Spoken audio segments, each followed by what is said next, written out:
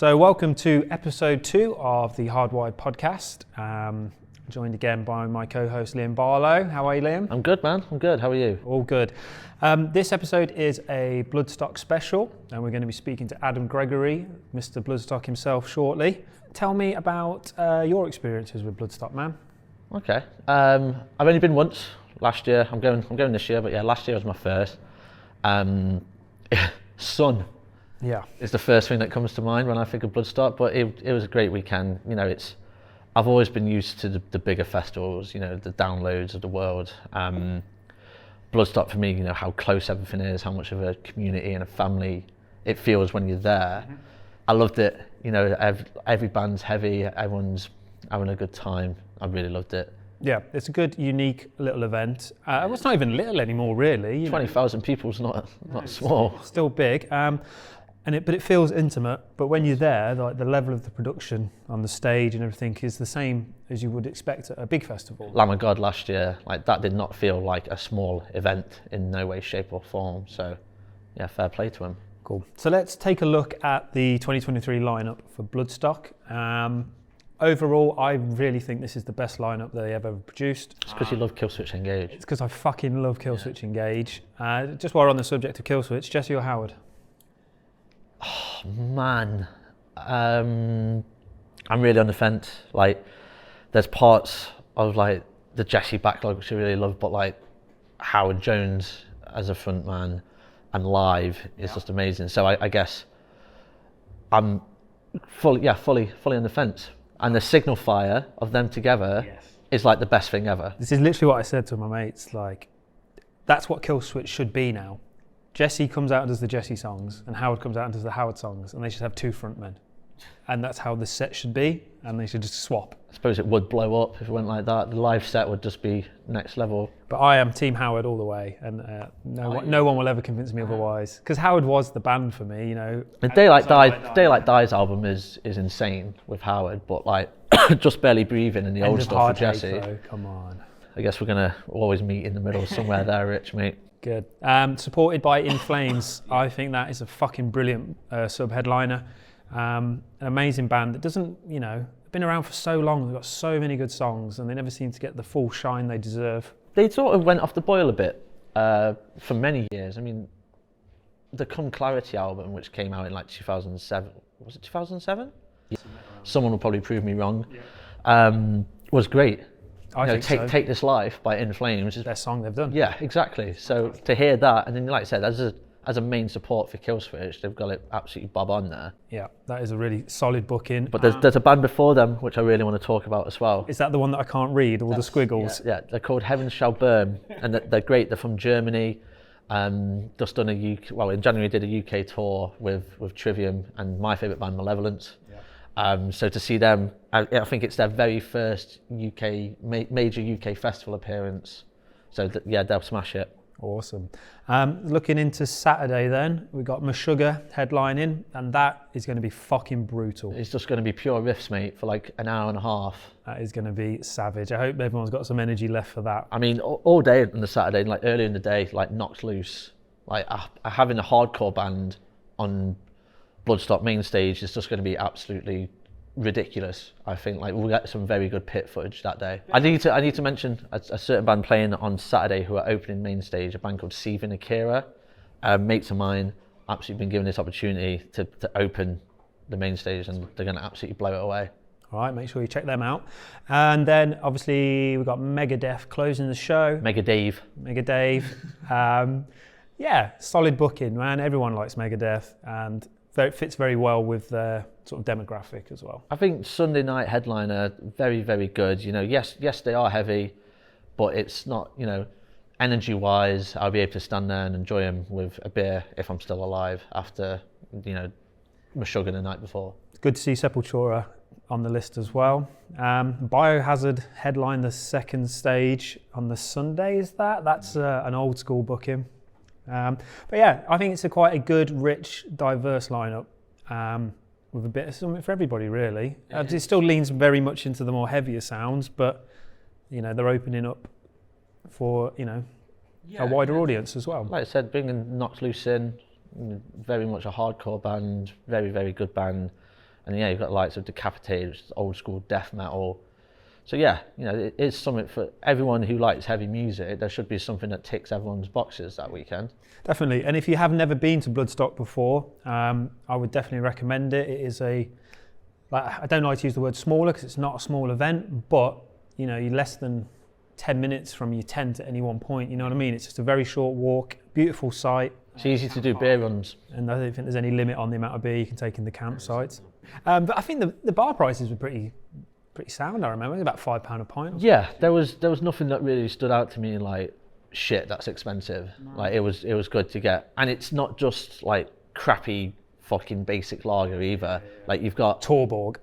No, you've got like the proper ale bars and everything like that. So there's something for everyone. Okay, so we are now joined by Adam Gregory. Hopefully you answer a few questions, tell us a story about the history of the event. But before we get into that, mate, I'd just love to know a little bit about yourself and sort of how you got into rock and metal and your own sort of journey in the rock and metal world growing up. Yeah, it's more inherited than anything else. It's like anything, I guess. You know, you grow up and you surrounded yourself by certain things, and metal and rock was kind of one of those big things for us. My dad's by sort of history an artist, so he's done loads of album artwork covers for Saxon, Molly Hatchet, Uriah, Dio, bands like that over the years. So we always had kind of heavy metal bands at the house coming to check out the artwork and how the designs were going on. Saxon were there sort of with Biff Byford and the boys quite a lot. And you see, you kind of embrace yourself with what you know. And I found a love for heavy metal music at a very early age. You know, I think my earliest memory was probably seeing, I think one winter, Saxon coming down the road. We were playing outside in front, and they've got this big custom sort of 18 style van that's all deckled out and everything else. You know, and it's like super rock star when you're, you know, 10 years old. It was amazing to see. So yeah, I just sort of found a love for it at that point and sort of been in it ever since. I mean, I do listen to other stuff, but I do love rock and metal. It's just not as good, is it? No, it's not. No, not even close. What's the most left field thing you listen to then? Well, to be fair, I mean, I'll listen to Miley Cyrus as long as she's doing Metallica. I fucking love Miley Cyrus. Yeah, she's great. She's got a proper... She made a mistake of doing the music she did in the early years. I think she should have been a rock metal singer from the outset. She's just got that voice. It's like how she always does the Nothing Else Matters covers with Metallica. That's great. Zombie nails that. Yeah, big up to Miley. Yeah. Well, hopefully she's kind of getting it and she'll change her ways and join us on the dark side. How did Bloodstock come to be? So I know it started in Derby, but let's just tell us about the journey from being like the one-day thing to where it is now. Yeah, well, Bloodstock started as a conversation between my dad at the time, who was with a few friends in Derby Centre, sitting opposite the assembly rooms, and they were just basically saying about there was no way you could go for rock and metal in certainly in the Midlands. At the UK at that time, Monsters Rock had finished a few years prior. So there wasn't anything really other than a few sort of small gigs around here and there everywhere. So one of his mates turned around and said to my dad, "You should start one, Paul. You should start a festival." My dad's, being an artist, is a very creative individual. So rather than giving it any level of thought, he just went, "Yeah, right." Walked over to the assembly rooms where they were sitting and booked the venue. And really at that point had no idea how, why, or what we were doing or what he was doing. Partnered up with a guy called Vince Brotheridge, and then between of them basically muddled through some sort of remnants of a daily event. Because my dad had known Biff Byford for a number of years, he just gave Biff a call and said, "I need a favour. I need you to headline this show for me next year." And Biff went, yeah, whatever, no worries. And it was kind of that easy to book a headliner, which obviously we know isn't the case these days. Yeah. But so that was how it started. We kind of ran the assembly rooms for 5 years, and it was selling out after the sort of second, third year. You know, we were doing jobs. My sisters were doing the merch tables, and I was doing sort of just running around, sweeping up or whatever else I could do, just to sort of be part of it. And then 2005, we thought, well, you know, we're selling out. Let's make the leap and sort of go outside and do it outdoors. Again, not a clue what we were doing, and it kind of grew from there. What year did it start, mate? What time period was the assembly rooms? 2001 was the first one. So yeah, we had the first one in 2001. The conversation obviously was 2000. So there was a bit of a gap then, wasn't there? You say Monsters of Rocket End and Download didn't kick off till 2003. Yeah, but it's, back then, the internet and everything else wasn't anything like it was now. So the only way you could advertise your event was through magazines and flyers and things like that. The expensive way. Yeah, with very limited budgets, it became a word of mouth thing. So the first show was, I think, just over 600 people, and you're putting a lot on that. So we lost lots of money in the first few years. Vince decided to bow out after a few years, family commitments and everything else. And because Bloodstock was more of a burden at that point, and a labour of love, it was Vince sort of needed to do other things. So at that point, as family, we all stepped in, sisters and brother and myself and whatnot, and sort of took the mantle up from there, and we all know festivals, you don't make money straight away. It is a labour of love for a while, unless you're kind of backed, if you like, by one of the big players. So we didn't make money for probably 12 years, doing this. It was definitely a labour of love. Houses were on the line, livelihoods were on the line. We were all working normal day jobs at the same time as doing this. So yeah, and luckily we've got a good fan base, and it's grown and developed a bit of a cult following now. So we're in a better position. Fair play for sticking with it. If you believe in something, you believe in it. And I think because at the time as well, my dad was very passionate about unsigned bands and new bands and everything else as well. So he had a stage dedicated to new bands, new music, emerging talent.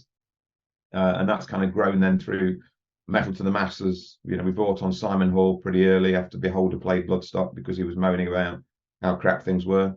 And my dad pretty much turned around and said, well, if you think you can do better, get on board and do it then. So Simon did, and it's like he's been with us ever since. So yeah. Was it called Bloodstock from the start? Yeah.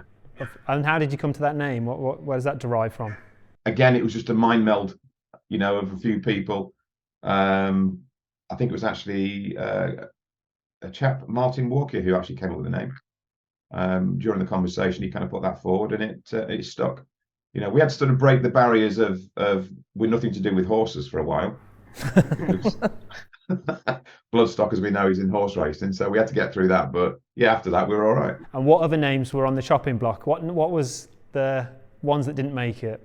Oh, I can't remember, to be honest with you. I mean, there were some weird and wonderful wild names, as you can all imagine. Whenever you're going to put a show on, and you'll know this, you put a festival together, what do you call it? It could be anything, couldn't it? But it's something that you've got to. It's got to be true to the fans, true what it's about, but not stupid enough that commercially it's suicide. So it's trying to find that balance when it comes to a name. You finished at the Assembly Rooms. Was it straight to Catton Park after that, or was there an interim between that? Yeah, well, we did both. We did for 2005. We did an outdoor and an indoor. So we kept the Assembly Rooms and we did an outdoor at Catton. Didn't work because at that point, again, Bloodstock didn't have the big footprint it's got now, and the advertising budget. So you kind of split that audience that you'd had, where you were selling out between the indoor and the outdoor, rather than having two different sort of audiences. As the internet became much better and social media sort of exploded, doing that now probably would be far more easy to do. However, now there are far more events, so it's a bit more diluted. But at the time, yeah. So 2006, we decided that no, let's just keep with the outdoor. And we kind of grown it from there. But if we go back to look at the photographs of the outdoor stage in the first year we went outdoor, it's an indoor stage that was put outdoor. It was leaning like kind of that angle at one point, and I think it got struck by lightning at one point over the weekend. And yeah, it was an interesting one. Let's talk about the 2022 event and obviously how hot it was. Little bit. Just slightly.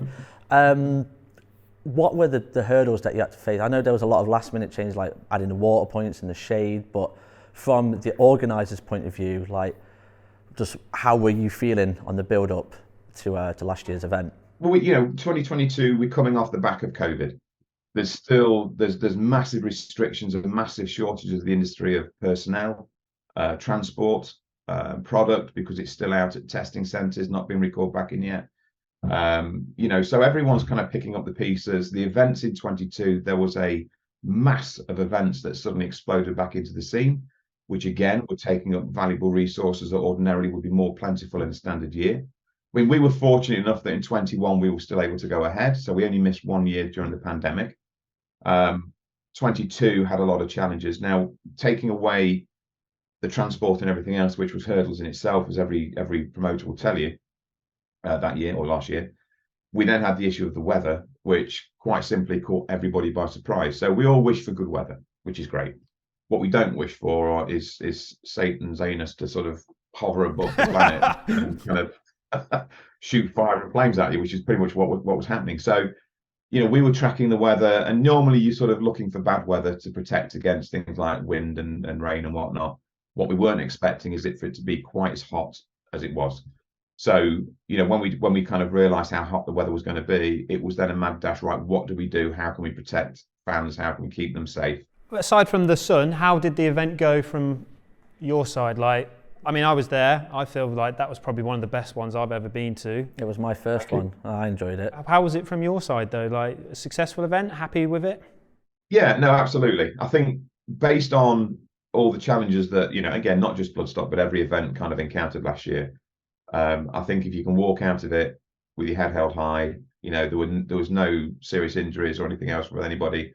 You know, you get the odd sort of battle wound that people tend to get from the mosh pits of being a little bit overzealous with the alcohol, but nothing for us to really concern about. So a good successful event for us is everybody goes home safe, everybody enjoys themselves. You know, all the bands played, they all came over, which was great. I think we had to make a few last minute amendments on 1 or 2 bands. It's nice to see Lamb of God come back. Yeah, long overdue. Yeah, was that, you know, the viral video of the security guard? Was that from that year, or was that a previous year? No, that was from this year. That video's blown up everywhere, hasn't it? It's gone full cycle as well now, hasn't it? It's got millions and millions. And then yeah, you're right. Randy did a thing, and that security guard did another show with him, and he recognised her. So they did a bit of a parody on it, which was quite funny. So it's lovely to see him take it in the way that he did, because some egos, as we know, could have taken that completely the wrong way, you know, and he handled that very well. She was simply doing her job, which was great. But the views that's got is mind blowing. And has that brought new followers into onto your pages and stuff? Yeah, because it's sort of you know, we've got an amazing YouTube channel that's got, you know, a good number of subscribers now. I think we're currently at about just over 200,000, which has kind of exploded in the last sort of year or so. But what we do is we film, or we've got a new film crew that come on board, and we want those snippets of bits that people ordinarily as fans wouldn't see. And one of the things are bands walking onto stage. So we'd only just started doing the walk-ons really properly this last year. So it was pure luck that they caught that the way that they did. It was superb. So another really cool thing last year was the Machine Head secret set, or when I got there, the not so secret set, because always I could see it was Machine Head advertisement. Yes. But that was great. Like, how did that all come about? Like, was that pre-planned, or was that sort of a last minute thing, or? Very much a last minute. Obviously Rob is friends with, you know, Vicky, who books the bands, and her partner Alan. He's known them for years. Alan used to tour with Motorhead and stuff, so you know, he knows a lot of the bands personally, which is great. And Rob was basically chatting to them, you know, literally a month before, and you know, the tour was due to start. And it was Rob's idea. He just said, how cool would it be if we just exploded onto the stage, middle of the day, not on in any special slot, but he said, I don't want to do it on the main stage. I want to do it on a second stage, like a tent stage. And literally, it was not like, yeah, let's do it. It was a case of, you know, Rob really felt that he needed to do this and wanted to do this, as it would be a bit of fun. Use it as a live practice session for the tour. Which was great, and pretty much just decided, I think it was probably a couple of weeks before, right, I'm doing it, because we couldn't advertise anything, we couldn't tell anybody on the crew who it was. So none of the crew knew either. None of the crew knew. No, none of the crew knew. I mean, they were all guessing, and it was literally, we got him to site on Thursday afternoon, and he had a dressing room, and you know, him and some of the guys were just practicing in the dressing room backstage, but it was pretty much driven from his hotel in a blacked out Range Rover, pretty much straight to the back of the dressing room, and wanted it to be sort of minimalistic. But then Rob decided, right, I'm going for a walk round. You know, just went off. Like, damn it. But even at that point, you know, the majority of people didn't know who it was until the backdrop went up. So how hard was it to keep it a secret? Like, how hard was it to keep Machine Head a secret from everyone around you and on the team? No, it was huge because we had to be very, very careful who knew, because the ruling was very, very simple. If this leaks, I'm not doing it. And Rob was very adamant he wanted it as a secret, and I think that's the best way of getting the best reaction, because obviously it's not what people expect. It was the first time Machine Head had sort of done a festival show in 10 years. It's in over a decade. And for us, it was an absolute honour that he chose that to be at Bloodstock. I think it was absolutely amazing. So he had the best weekend. He stayed all weekend as well. He didn't sort of come in, do his show and go.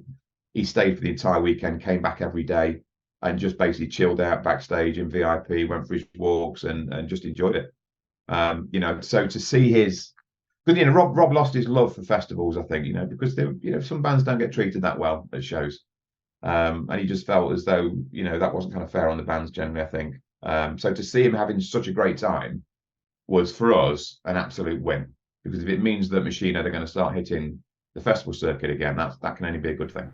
It was amazing. I was stood there in the tent, absolutely melting, and obviously the rumors were circulating around. But then when that backdrop went up, the Machine fucking Head backdrop, like the place just erupted. And then they came on, and like you said, they said they used it as a tour practice session. It did not sound like a tour practice session at all. No. I mean, bear in mind it was a 3-piece. It was, it wasn't the full stage. It was a 3-piece, but they absolutely tore it apart. And it was amazing. But the thing is, it's like anything. When a band goes on stage to do something, the crowd are 80% of it. So they've got to be receptive. They've got to be up for it. And God, were they up for it? Even in that heat, it was amazing. And the tent, it was bursting at the seams. They were sort of crowding right out to the the other sort of areas outside, which was amazing to see, because people wanted to get a glimpse of what was going on. Definitely. And they've won over a lot of the audience, so if you ever did put them on as a booking now, people would probably react really strongly to that. Yeah, I think so. It would be great to see them come back. They've done a UK tour now. They're doing a few shows. I think they've got a festival booked in Europe this year, which they're doing. So I think he's starting to get that appetite back. So maybe that's something for the near future. Who knows? Headliners next year, then, yeah. Well, time will tell. If you don't mind, it's a sensitive subject, but I'd love to talk about the work you do for the Sophie Lancaster Foundation. And just for anyone that doesn't know, could you just give us a brief history of what it is and how you came to get involved in that? Yeah, well, we all know the tragic events, or hopefully we all know the tragic events that happened with Sophie. And, she was attacked with a boyfriend, walking across a park one night. And sadly, Sophie lost her life through that. And purely because of the way she looked, and Bloodstock is one of those areas, one of those places where, the community of metalheads all gather in their guises. And there is no judgment, intolerance or anything else there. And we felt very, very strongly about what had happened at the time. Simon, obviously, who works with us as well, was very, very passionate about it. And at that time, he was still active with Beholder. So they did a song around Sophie, which was sort of played at Bloodstock the first time. And we kind of reached out to the foundation with Sylvia and Sophie's brother Adam, and invited them to sort of come along, because they started the Sophie Lancaster Foundation sort of quite embryotic straight away. So we got together with them pretty much the first year that they decided to do something, and we felt very, very passionate about it. We're strong believers in everybody just being treated fairly. You should be able to come to or go anywhere, be yourself, be unjudged, and just have a great time, and celebrate who you are as a person. You're not affecting anybody, you're not hurting anybody, you're just allowed to be yourself. So we named the second stage the Sophie Lancaster stage, and we did that not as a 1, 2 year, 5 year thing. It had to be a permanent thing that would always be known, because we wanted to keep the message that Sylvia was so vehemently putting out there all the time. We wanted to keep that alive and keep that memory alive. So that stage name will never change. If we ever got a sponsor on that stage, it would be Brand X supports the Sophie Lancaster stage at Bloodstock. It'll be that kind of dynamic that we'd work it to. So we'll never be moving that stage name away. Obviously, Sylvia sort of fought with everything for Sophie Lancaster Foundation right up until her final days. We all knew Sylvia and we're very close with her. So, you know, for us, it's a passion. It's something that we strongly believe in, and something that we want to continue to fight. You know, it means a lot. And safe spaces is something that all of us are entitled to and should at least be able to have. And it's ridiculous that it's 2023 and it's still a thing. You wear a metal t-shirt and you're getting fucking scrutinised for it. It makes me angry. It really does. That there's people out there that feel they have a right to, you know, torment or abuse or bully people purely on a visual aesthetic. It's, you know, we live in a world now that's full of diversity. Yeah. Well, I just wanted to, you know, bring it to attention because I think it's a very noble thing that you do. Yeah, thank you. If people wanted to find out more about it, where can they go to find out a bit more about this?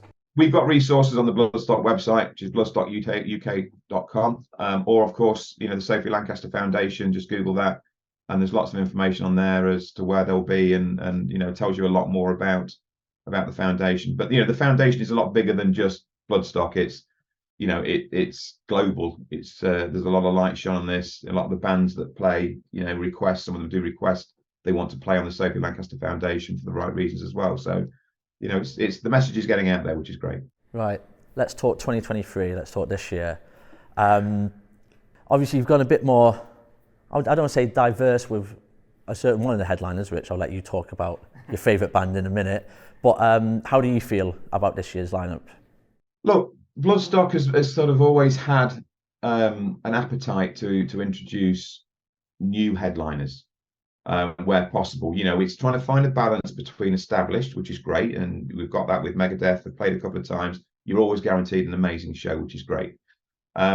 We've put bands like Gojira, Ghost, Mastodon, you know, up onto those headline positions before, where previously at other shows, let's say, there will be top end of the bill, but not as a headliner, because we feel as though, you know, certainly for Bloodstock and the size that we are, those bands are deserving of a main UK metal festival headline slot, and I think they need to be propelled up there, because if we don't, who will?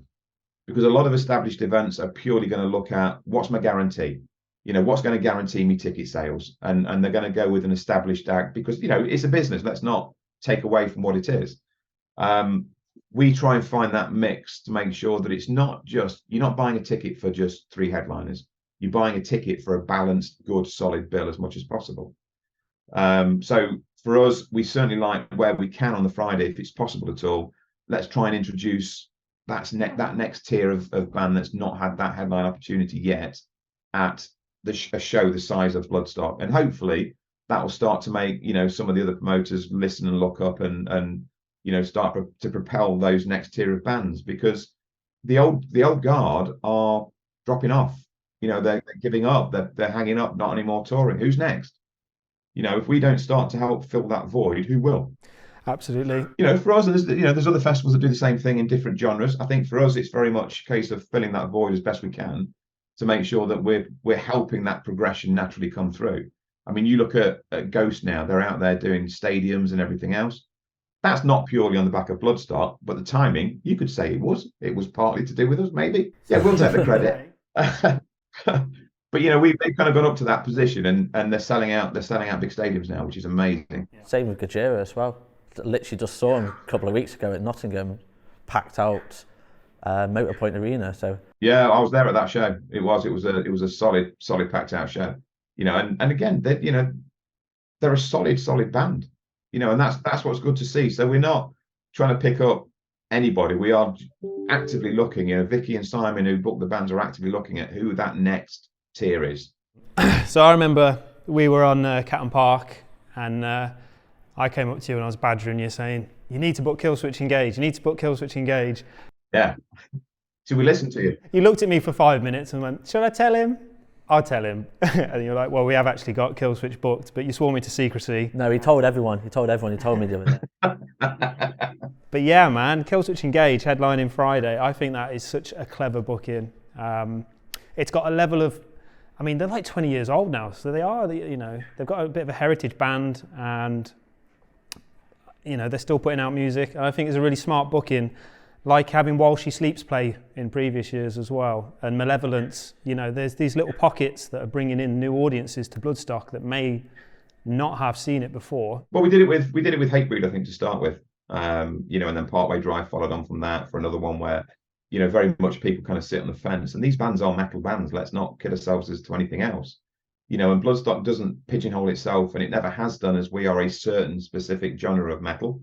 You know, albeit we started out as a power metal festival in the assembly rooms originally, but then as we grew and we learned more and the diversity of the fan base grew, so did the appetite for bringing in those bands. So we will always try and stay as true as possible to metal, but we have to explore and expand to pretty much be available to every genre that there is, you know, and make sure that we're trying to show representation as fairly as possible to the bands and the fans, so that they have something for everybody. Because that's the best way of also introducing certain genre-specific bands to new fan bases, because they haven't gone there to watch that band. They've gone to watch, let's say, their band in a certain genre, and they've caught this other band playing. You know, that's a great thing to do, because it widens the horizons. We don't have to like one type of music. As we said at the beginning of the podcast, you know, we can like what we want to like. You know, we might have a sort of preference for metal or rock. Doesn't stop us liking anything else, as it doesn't with certain genre types. So, you know, we're really excited. Vicky's definitely excited about Killswitch, and I think they're going to put on an absolutely killer show. Just doubling back to Malevolence, like last year when they did the headline Sophie stage on Saturday night, that was their biggest show at the time, wasn't it? Yeah, well, we sort of caught up with the guys at Download a few months before, because they played Download. And, you know, we sort of chatted to them at that point there and said, you know, you've really got to deliver, you know, put your hearts on your sleeves. And they did. And I tell you what, they're such a good bunch of guys. They really are. They're all about the music. They're all about the fans, and they're enjoying it. And that's the best part about it, is you can see a band enjoying themselves doing what they do. You're guaranteed a great show, and they really do enjoy it. You know, so for us, it was a bit of a no-brainer. And I think they're going to go, you know, big, really big. I mean, they're on that trajectory now. Definitely. Just on Australia arena tour, they just done Knotfest. Then I come back here. I guess it's the academy-sized tour for them, and then they're putting the work in, and I think that's the big thing. You know, you can sort of see certain bands that, you know, that are keen and do put the work in. I mean, there's an Irish band that you know, playing Dead Label. You may or may not know Dead Label. They are so passionate and so hard with the work. They've toured with Gojira, you know, the last couple of years and things like that. But the same mentality, they're putting the work in, so you can kind of project and predict, you know, where a band's going to do well and where it probably won't. Some bands, you know, we have it with Metal to the Masses. Some bands will kind of come and their pinnacle of their career is, I play Bloodstock. You know, where a band will do really, really well in Metal to the Masses and in emerging band searches is where it says, right, I'm playing Bloodstock to start, and then I'm going to go on and I want to do and I want to do and I want to do. So you can kind of see the difference. It's about that work they're prepared to put in. Amazing. So just from this year's lineup, what are like maybe one or the two that you really are looking forward to personally from this year's lineup? Well, Killswitch is for me, you know, a no-brainer. I want to spend a fair bit of time in New Blood this year, quite simply because I've kind of seen some of the talent that's coming through, and it's nuts. It's absolutely nuts. You know, the quality and the standard is so high. You know, I want to kind of be there and see who's the next Maiden and Metallica and Killswitch and, you know, and everybody else. And I think that's a great place to do that. Yeah, I was talking about this the other day, the speed that people are coming through. It's like when I was a kid, picked up a guitar, it was like tab books. You had to go to a music store and buy a tab book and take it home. But now with the YouTube, like these kids are learning so fast, and the speed that they're coming out is insane. They've got you know, the sort of the platforms, I think, you know, and this is where Metal to the Masses works very well, because traditionally, if you're in a new band and you want to be in a band, let's say, the mindset from the youth of today is, I've got to be in a boy band, or I've got to be in a girl band, or, you know, what does Simon Cowell like?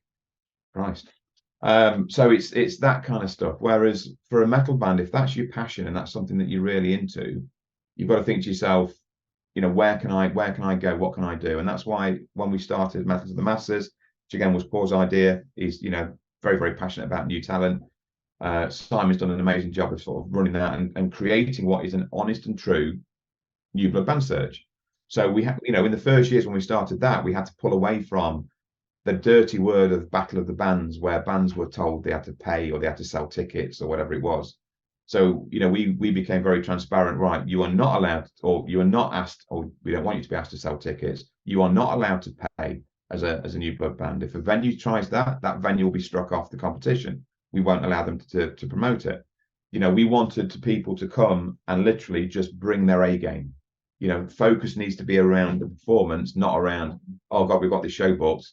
How many tickets have we got? We've got another 60 tickets to sell before we can go. It detracts. So we had that battle in the early years to overcome, and it's good to see after all the hard work that's gone into it, that's now seen as probably one of the most honest competitions and the route, if you like, to a lot of these new bands getting themselves recognised and seen. Could you tell me what Metal to the Masses is and why it's such a big part of Bloodstock's culture? It is a heartbeat. Simon's referred to it before as the heartbeat of the festival.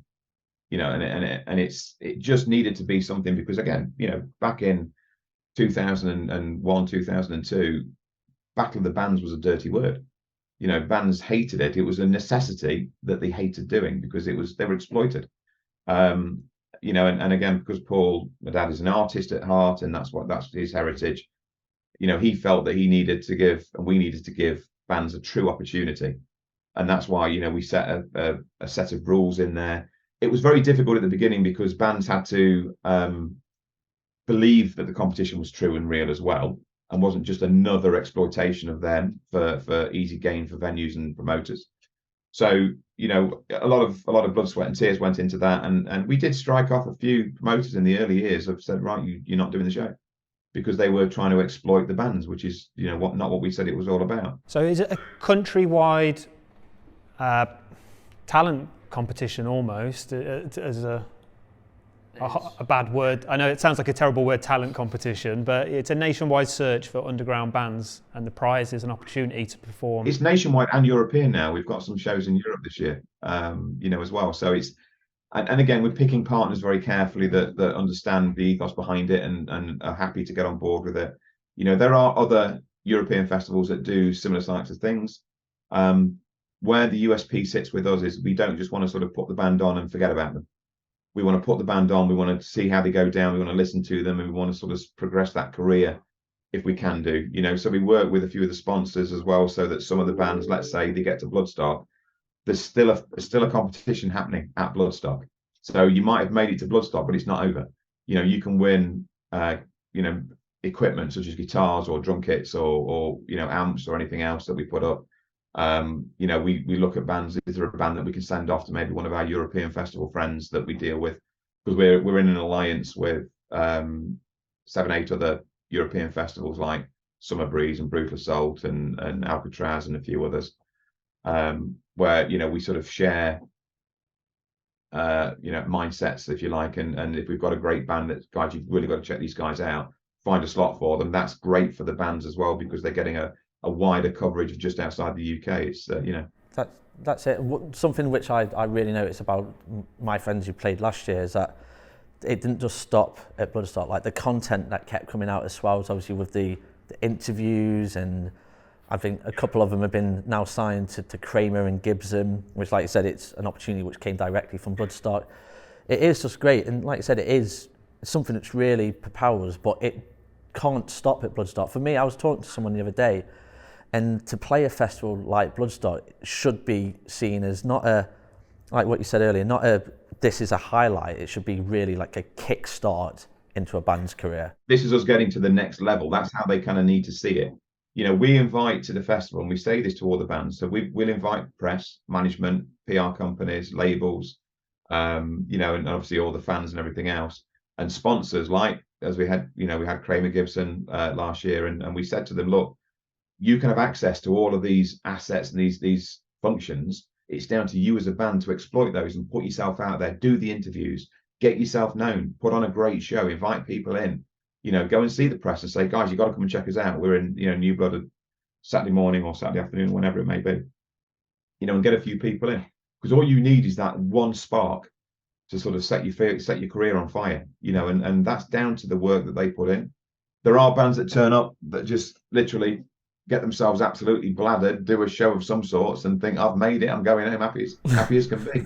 And if that's where their destiny lies, that's on them. As long as they had a good But I time. think it's an opportunity that's kind of gone adrift if that's the case. Yeah, masses is great. Last year alone, I had 5 bands who I had friends in play. There was 4 who played New Blood and 1 who played Jaeger stage, and 2 of them that really stood out to me. One was How Affected at 10:30 on a Friday morning. That was like, what, 3,500 people at 10:30. When I heard the time slot they were playing, I was like, oh, there'll probably be a couple of hundred people where everyone's going to be hanging. And then as we walked into the arena and like everyone was heading towards New Blood, I was like, holy shit, like everyone knows what's about to go on. And then another big one was, I think I actually saw you on the side of the stage, was Imperium on a Saturday. They were great. You came through, they won London Metal to the Masses. But yeah, you're right. The level of quality from every single band on every day on New Blood stage is just unreal. Oh, it's high, yeah. But that makes it really hard because you can tell out in the marketplace, Gene Simmons years ago, rock and roll and metal's dead. It obviously doesn't go to shows and gigs because you can tell the quality and the standard out there is so high. It's very, very hard for not only the bands that go through, the bands that get through need to really pat themselves on the back. They've even got through, or to finals. They've even got to finals. It's such a high standard. And we say this all the time, if a band doesn't get through on a heat, don't be despondent. Speak to, the judges, speak to Simon, what can we do? Where did we sort of fall short? And it's not because they're a bad band 9 times out of 10. It's because the bands that got through they just had that edge. So we've had bands that have gone through, eventually after 3, 4, 5 attempts, and then they've got through because they've taken feedback, they've carried doing what they're doing, and they've come back and back and back and gone through again, and what we want to do is then when them bands come through is we keep it, or Simon for certain keeps an eye on those bands as the rest of us do, and let's see if we can sort of start to propel those bands up a ladder that are deserving of it. But as long as they're putting the work in as well, that's seen, that's recognised, and that helps them hit the other stages further on and hopefully get bigger shows. That's it. That's another thing about Bloodstock. Obviously, you see them come through, and for this year, one that stood out to me was Tortured Demon, a band that played, was it 2021 on a smaller stage, and now they've been propelled back and they're on the Sophie stage. And that was, I'm not quite sure if it was Masses, but it was Simon who had seen them, brought them in, they blew it away, and now they've come back. Like that's another great thing, like what you're doing, like not just, you've got the level of Kill Switch and what you've done in the past with Ghost and Gojira, but you're also doing it on the lower end, giving these bands the big level, which is great to see. And from someone who supports a lot of underground music, it's quite admirable to watch it and watch these bands power through. No, and it's great to sort of hear that as well, that it is recognised that people know what we're doing and we're doing it for the right reasons. There's no agenda. Metal to the Masses is a big cost for us. We lose money. We don't make money doing the competition, putting on the stage or anything else. It is a cost. But we've got such a belief, and Paul's got such a belief, as everybody else has on the team, about giving bands that opportunity and finding those next tier of main stage headliners and everything else in the years to come. If they don't get that leg up from us as a starting point, probably, I don't know, 20-30% of these bands are going to give up very, very soon because there's no platform or no route to them to get to market. So let's all at least sort of try and give them something, and the same with the venues. Go to the venues. Venues need support. They need people through the door. And if Metal to the Masses can help do that, because most of these Metal to Masses shows are selling out now, because it is such a great atmosphere and a great true competition. So, hopefully it's working for everybody. So moving on, one thing that sounds like we're giving you loads of praise here, but one thing that you do really, really well that I think a lot of other festivals could learn a lesson from is your YouTube channel. And putting all those sets on in their entirety and recording all that content is, that's a really good thing that you've got going. How receptive are the bands to that? And does anyone ever feel like, oh, my voice is a bit croaky today, I don't want to be a part of that? And how challenging is it to get that content over the line? It's expensive to start with because you've got to bring in a certain level of sound and video recording, etc., and film teams that kind of understand the metal genre a little bit and kind of know what to capture when. You've got to have a proper edit team that can put something together. And we work with a clearance lady who is very, very good. and make sure that we try and capture as much as we can in the moment. Because if you're recording a show and you go to a band and say, I don't know, a month later, hey, look, we recorded the show, can you check it out so we can use it? They won't. Quite simply because they're doing other shows and they're in the sort of midst of a tour. They haven't got the time to do that. That was months ago or a month ago. We're not interested. So what we try and do is capture at the festival itself a standard edit using a standard line feed for sound. So it's not a polished article by any means, but it says, look, rather than having all of this phone footage, which nowadays people have got and it's appearing all over YouTube of a show they'll do, let us work with you to put out the show properly so that you're seen in the best possible light. Not all bands want it. And it's not always down to the bands as well. The labels have a big say over this, and the labels can either work with you or very much work against you, because some of the labels will look at this as a cash cow for them. Yes, you can use the show, but we want $5,000 for you to license that to you for you to use.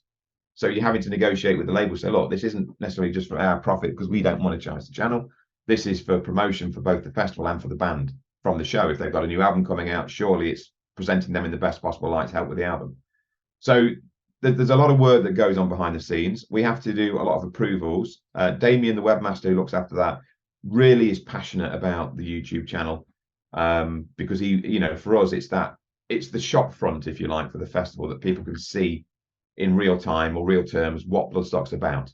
You can make a fancy website and put lots of great graphics on that, but if people can't get a taste of what it's about, you're not really going to entice people in. And you can pay, a couple of grand for a little 2-minute after movie that just looks great, but you don't get the true feel and sense of what's happening. Filming for us is critical. The filming side of it is to capture and you can sort of say, right, there's a band playing, I'll YouTube them, I'll watch the band. That can be anywhere in the world. There's nothing that makes it unique. What we want to try and capture are moments of magnificence, like the stage walk with Lamacard and things like that. So we do work very, very hard with our film teams to get them out, capturing the audience, the crowd. I want people enjoying themselves, having a laugh. Let's get the right atmosphere so people can see what Bloodstock's about. If all we're ever going to put up there is this band that played, that can be anywhere. It doesn't need to be a Bloodstock. That could be absolutely anywhere. So filming is critical, and it's critical to get it done right so that we capture the right stuff, the right footage. And the biggest advocate for me is the fans. That's it, and it, like for me, when I was younger, like I'd be watching footage back from shows, and I'd watch this full set, just trying to spot myself like once. And I feel like that. I know that sounds stupid, but I know a lot of people do that. And just doubling back on what you said about the channel being so important and labels. The last couple of weeks, you've been releasing the Behemoth songs, haven't you? Like how have they been going down? So have you released 4 over a couple of weeks? Yes. Yeah. I mean, the thing is, we don't always get licensed for the full set, and it could be for a number of reasons. It could be, the guitar pitch was off or whatever else it might be. The singer's voice was struggling at that time during a few songs.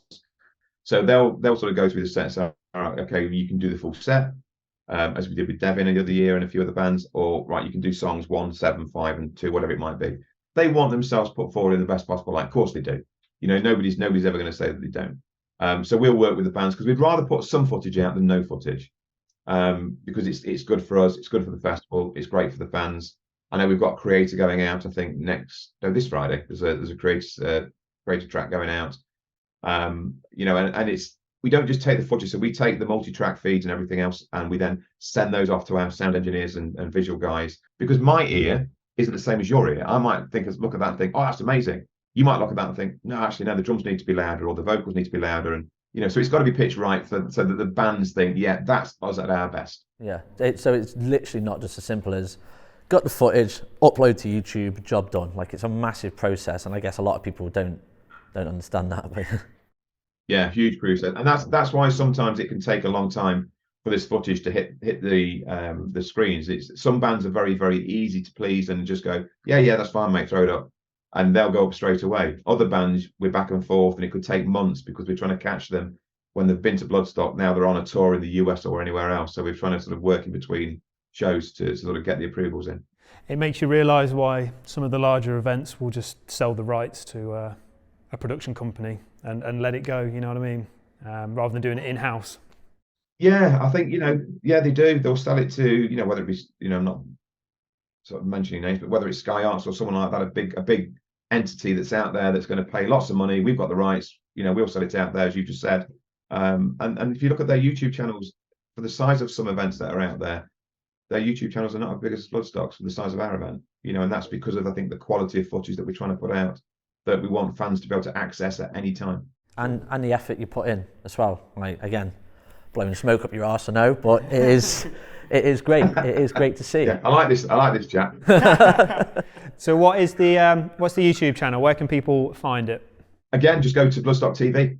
It's on the website. You can click a link through there. It'll take you straight through. But Bloodstock Festivals is the YouTube channel, and there are hundreds and hundreds of videos from over the years, and snips and clips and interviews and everything else as well. So yeah, you can find pretty much any band that's pretty much played Bloodstock. There's probably something up there from them at some point.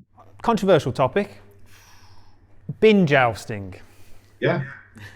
How do you, as a festival promoter, how do you feel about bin jousting? Because for me, it would be a health and safety nightmare, but then it's such a big part of the culture and the craziness that seems to happen all the time. How does it sit with you? We don't like taking fun away from the crowd, and let's not kid ourselves.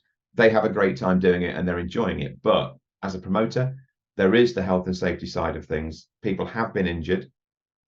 We don't advocate it. I think years ago we used to kind of mention it tongue in cheek, and at that point it wasn't such a bad thing, but it kind of gathered a momentum over the last couple of years, and there were some pretty heavy injuries where people had, I think one guy had been at the festival 20 minutes, managed to break his leg in 3 places and spent the weekend in hospital, and he's like, and he had the best weekend ever apparently. So we are having to stop it, and security have been told this year not to allow it to happen. One of the things is cost. It cost us over £7,000 last year in replacing the. I was going to say, they're not cheap to replace. They're not, no, and people don't realise, we have to pay for those as an event. So we have said we've got to stop it. That said, we appreciate that people, when they get back to the campsite, certainly at Midgard, because that's the mental Midgard, they want to have some energy to release. They want some fun, but something that can be managed, that's controlled, that they can still have that mental excitement of battle. Because I think they love the whole war thing with, one person against another person and loads of people sort of being party to it. But yeah, Bloodstock spawned some crazy events over the years that the fans have just come up with.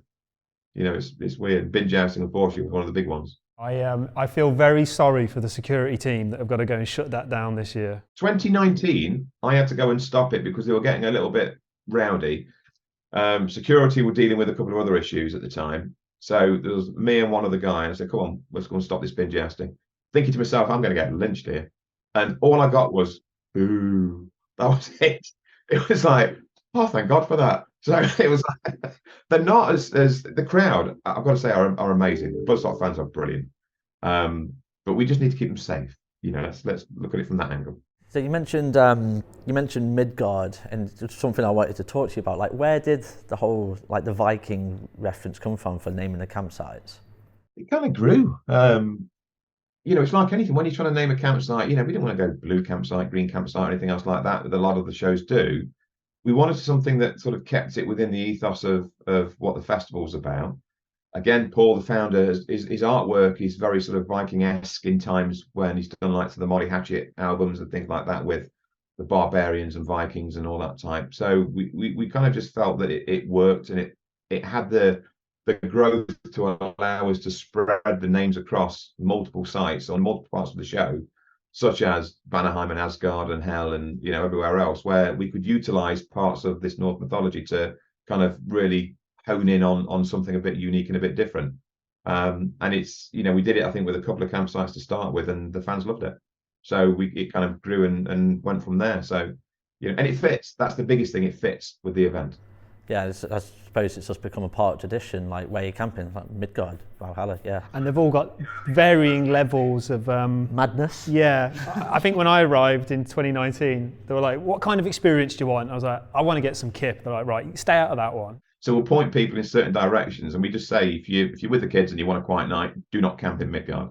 Because it's not, and the thing is, it's not aggressive or nasty. It's just lively, and that's the beauty about it. Is we never really get any trouble from the Bloodstock Festival goers. I think in 22 years we've kind of thrown out 10 people.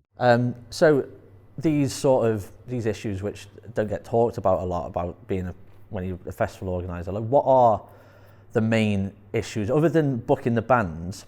Like what are the big challenges when booking Bloodstock Festival? Probably the biggest one is surrounding licensing road networks, where you've got to be aware of dynamic changes that can affect whether it be routes in or transport or anything else like that. You know, it's those hidden bits that are really boring that nobody really cares about. They just want to see fencing in a field with a load of stores. Where's the bar? Where's the stage? And that's kind of the dynamic for a lot of festival goers. We have to sort of deal with so much more. And you'll know this, Rich, with you know what you do. It's all the stuff that you really don't even want to shout about because it is that boring. Keeping awake, sort of trying to deal with it, but it has to be dealt with. You know, we do have to work again extremely hard, taking the metal hat off as event organisers to make sure what we deliver is deliverable safely, cost effectively, and you know minimises any impact to the local community, whether that be road networks or noise or anything else. I mean, we've got noise teams, as most festivals have, that are literally spend the entirety of the festival driving around trigger points around the outer lying villages to make sure they're monitoring the sound and we're within levels because we have licensed levels that we have to stick within. You know, so if there's a low cloud cover and the wind blowing a certain direction, you've got to be mindful now all of a sudden that the sound's going to be pushed a certain way. So you have to change the speaker orientations very, very slightly to move the sound. You have to change your levels slightly. Then the weather will change. Last year was a nightmare because it was so hot. We had what we call sound bombs going off. So we had no wind. So rather than the sound being pushed or directed with no sound cover, it was just exploding in every single direction. So people were hearing sound last year that had never heard it in 21 years, 22 years. That were then phoning the hotline, what's this? What's going on? I can hear all this noise and blah, blah, blah. And there was nothing we could do about it. Absolutely nothing. So that was a freak of nature last year. But yeah, it's, you know, just another set of challenges that people really don't care about, I guess. So that we're about an hour now, mate, and our internet connection's starting to play up a little bit, so I'm tempted to wrap this. Yeah. So just before we go, where can people get tickets for next year? Where should they be going for all information for Bloodstock 2023? Simply head to the website, bloodstock.uk.com. All tickets are on there, links for pretty much everything you need. You can all pre-order all your tents and beer and everything else you want to do before you get to the show as well. So try and make it as easy as possible, and we'll keep you updated with everything on there. Also, we've got the social media, whether it's TikTok or Facebook or Instagram, Twitch or anything else. We're all over those as well. So awesome. All right, thank you so much for your time, mate, and we look forward to seeing you on site at Bloodstock 2023. Thanks, Adam. Thank you, mate. Likewise. Thanks again, guys. Take care. That was pretty fucking cool. Yeah, man, lots to talk about. Yeah, I mean, the whole bin jousting thing, $7,000 a bin. Like, shit. But yeah, that was wicked. Thanks again to Adam for joining us. Yeah, can't wait for this year. Yeah, thanks again to Adam. Please go and check out Bloodstock Festival UK.com, was it? Yeah. Everything on the socials, search Bloodstock, you'll find it, and hopefully see us there. Definitely. And as always, please like, subscribe, or block us if you didn't enjoy it. That's up to you. And yeah, that was it, man. Good show. Thanks for joining us, and we'll see you next time. See you next time, guys.